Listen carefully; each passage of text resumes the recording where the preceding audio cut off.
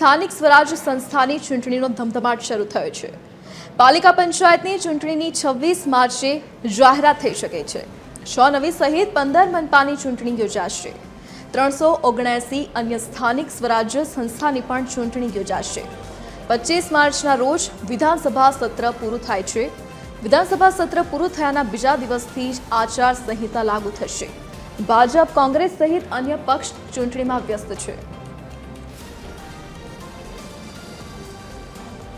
તો 25 માર્ચના રોજ વિધાનસભાનું સત્ર પૂર્ણ થાય છે તો 15 મહાનગરપાલિકામાં ચૂંટણી યોજાવાની છે। 83 નગરપાલિકામાં ચૂંટણી યોજાશે।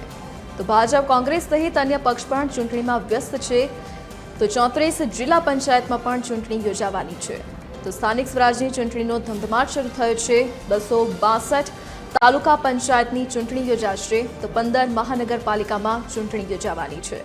તો 6 નવી સહિત કુલ 15 મહાનગરપાલિકામાં ચૂંટણી યોજાશે।